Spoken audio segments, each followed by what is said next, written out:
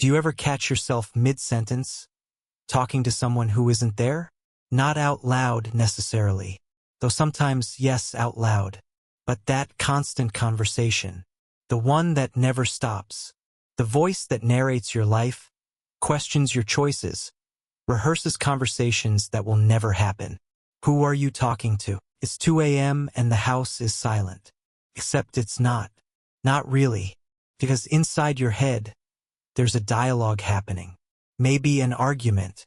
You're replaying something someone said 3 days ago, crafting the perfect response you didn't have in the moment. Your lips might be moving slightly, your hands gesturing to the empty air. And if someone walked in right now, you'd feel caught, exposed, like they've discovered something shameful about you. The refrigerator hums, the clock ticks, and beneath it all, your own voice, talking, explaining, defending, questioning. A radio station that never signs off. You felt this before, haven't you? That moment in the grocery store when you realize you've been muttering under your breath, having a full conversation with yourself about whether you need pasta, and someone's staring, and suddenly you're aware of how strange it must look. This person, alone, animated by invisible company. The shower is where it happens most freely. Water drowning out the sound of your own voice as you practice confrontations, deliver speeches to audiences that don't exist, explain yourself to people who aren't listening. The steam rises, the water falls, and you talk. Here's what nobody tells you about talking to yourself. Everyone does it, but some of us do it louder, more constantly, with more urgency.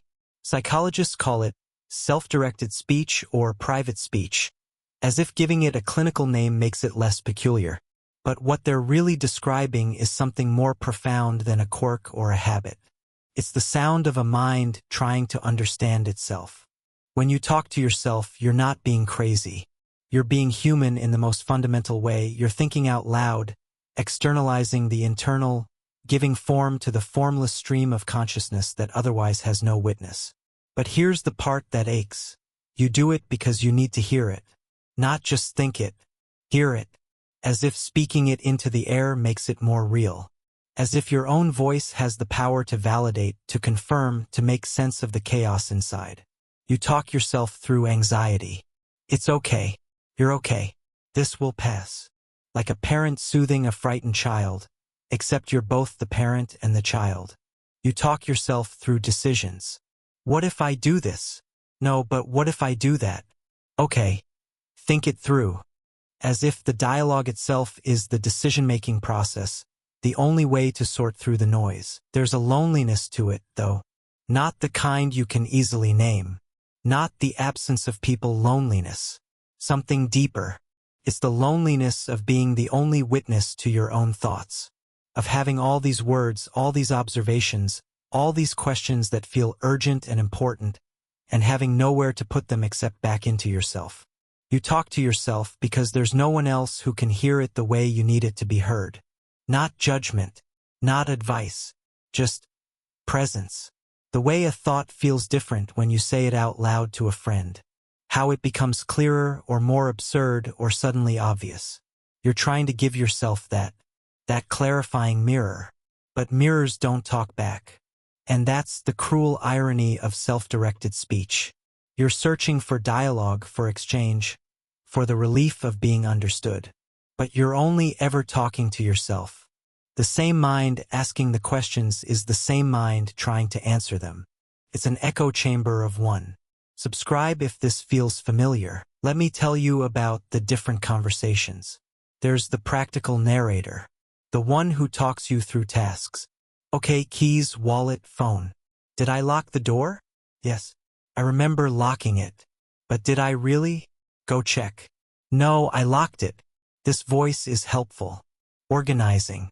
It's your brain's way of managing cognitive load, keeping track of what needs tracking. But then there's the other voice, the one that comes out at night, the one that asks questions that don't have answers.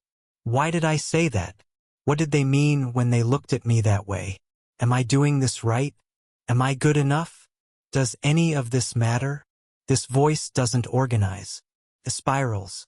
and you talk to it like you're trying to calm a storm. Stop. Just stop. It doesn't help to think like this. But the voice doesn't stop, does it? It just gets quieter, more insistent, more desperate.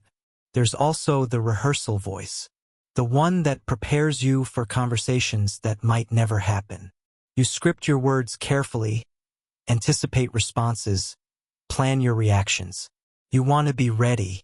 You want to not be caught off guard again, because being caught off guard feels like being unraveled. And then there's the kindest voice, the one you don't hear often enough, the one that says, "You did well today. You tried. That's enough." This is the voice you wish would speak more, but it's shy, uncertain, easily drowned out by the others. Driving alone at night, the road stretching dark and empty ahead, the radio off, just you and the hum of tires on asphalt, and you're talking, maybe out loud, maybe just in your head so loudly it feels like out loud. "I should have said this. Why didn't I think of that? Tomorrow I'll try differently. But what if it doesn't work? What if I'm just—" Your hands grip the wheel. The streetlights pass in rhythm, casting moving shadows across your face. And you look at yourself in the rearview mirror for just a second. Who is that person talking? Who are they talking to? The wind through a cracked window carries the smell of rain coming. The world outside is quiet, oblivious. But inside the car, inside your head, there's never quiet. Only conversation. Endless, circular, searching conversation. You pull into your driveway and sit there for a moment before going inside. Because inside you might have to be silent. Inside other people might hear. Out here, in the car, in the dark, you can be as loud as you need to be. Even if the only person listening is you. Here's the truth they don't tell you in psychology textbooks. Talking to yourself is an act of survival. Not dramatic survival. Quiet survival. It's how you process overwhelm without burdening anyone else with it. It's how you work through fear when admitting that fear feels like admitting weakness. It's how you organize chaos when the world feels too fast and too loud and too much. You talk to yourself because you learned somewhere along the way that your thoughts are too much for other people. Maybe someone once told you that you overthink, that you're too sensitive, that you make things complicated. So you stopped sharing the full extent of what goes on inside. You edited yourself down to manageable portions. But the thoughts didn't stop. They never stop.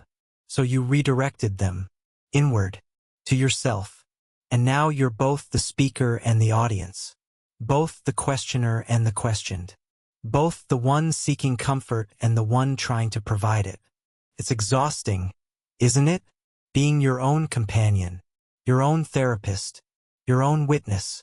There are moments when you wish someone else could just hear it. Not all of it. Not the endless spiral. But the important parts. The parts that feel like they matter. But how do you explain that to someone? How do you say, "I need you to listen to me think out loud," without sounding strange? So you keep it inside. Or inside-ish. You keep talking to yourself, hoping that somehow the act of speaking will be enough. Sometimes it is. Sometimes speaking a fear out loud makes it smaller.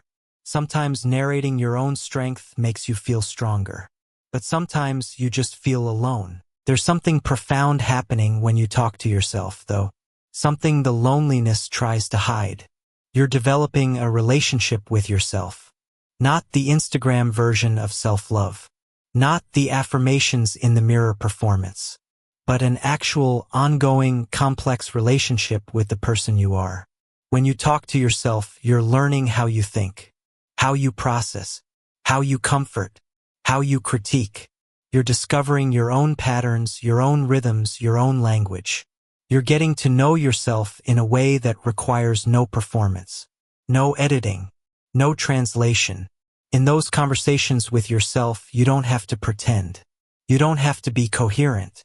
You can contradict yourself, change your mind, spiral and recover, all in the span of a single thought. This is intimacy. Strange, solitary intimacy. But intimacy nonetheless. You are becoming fluent in yourself. And maybe, just maybe, that's not something to be ashamed of. Maybe it's something quietly extraordinary. Let's talk about the questions you ask yourself when no one's listening. Am I doing this right? What do they really think of me? Why do I feel like this? What's wrong with me? These aren't idle questions. They're the deepest ones. The ones that keep you awake. The ones you can't ask out loud because they reveal too much. They reveal that you don't have it figured out, that you're uncertain, that you're human. And when you ask yourself these questions, you're doing something brave. You're refusing to ignore what's uncomfortable. You're turning toward your own confusion instead of away from it. Most people distract themselves from these questions. They fill the silence with noise, television, music, social media, anything to avoid the voice inside that asks difficult things. But you listen to it. You engage with it. You try to answer it. Even when the answers don't come. Even when the conversation goes in circles. You're still trying. And there's a kind of courage in that. A quiet, unglamorous courage that no one sees. No one celebrates. But it's there. You talk to yourself because you're trying to understand. Trying to make sense. Trying to be okay in a world that often doesn't make sense. That's not weakness. That's the work of being alive. Morning light coming through thin curtains. Dust particles suspended in the air like thoughts you can almost touch. You're making coffee and you're narrating. Not consciously. It just happens. Okay, today. Today is going to be better. I just need to focus. One thing at a time. I can do this. The coffee maker gurgles. Steam rises. The smell is comforting in a way that bypasses language. And you realize you've been giving yourself a pep talk. The same way a coach would. The same way a friend would. Because you need it. Because some mornings you need someone to tell you that you can do this. And when there's no one else, you become that someone. Your own voice softer now. Kinder. It's okay. You're okay. And maybe you believe it. Or maybe you're practicing believing it. Maybe that's the same thing. The sunlight shifts. The coffee is ready. And you take a breath and another and you talk yourself into the day. Comment what this made you think about. Here's what I want you to know. The people who talk to themselves are often the most self-aware. They're the ones doing the internal work that others avoid. They're processing, questioning, examining. They're not just reacting to life, they're trying to understand it. That constant dialogue? It's not a disorder. It's not a flaw. It's a sign of a mind that refuses to be passive. A mind that engages, that wrestles, that seeks. Yes, sometimes it's exhausting. Sometimes the conversation becomes a burden. Sometimes you wish your brain had an off switch. But other times, that voice is your greatest ally. Talks you through panic attacks. It reminds you of your worth when the world forgets. Keeps you company in loneliness. It helps you solve problems that seemed impossible. Creates ideas, makes connections, builds understanding. Your self-talk is not your enemy. It's your companion, your co-pilot, the one who stays when everyone else leaves. And maybe it's time to stop apologizing for it.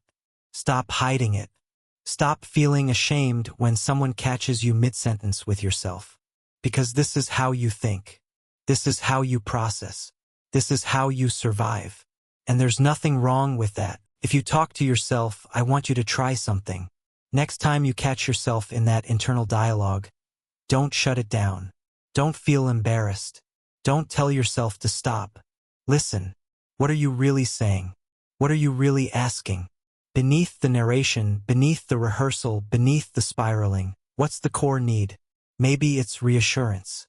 Maybe it's validation. Maybe it's just the need to be heard. And then, here's the radical part. Talk back to yourself the way you talk to someone you love. Not harsh. Not critical. Not dismissive. Gentle. Patient. Kind. I hear you. I know you're scared. I know you're trying. And that's enough. Treat your self-talk not as a monologue, but as a conversation worth having. With someone worth listening to. You. Because you've been there for yourself through everything. Every difficult moment. Every uncertainty. Every fear. You've never left yourself. That deserves recognition. That deserves gentleness. Your voice has been your constant companion.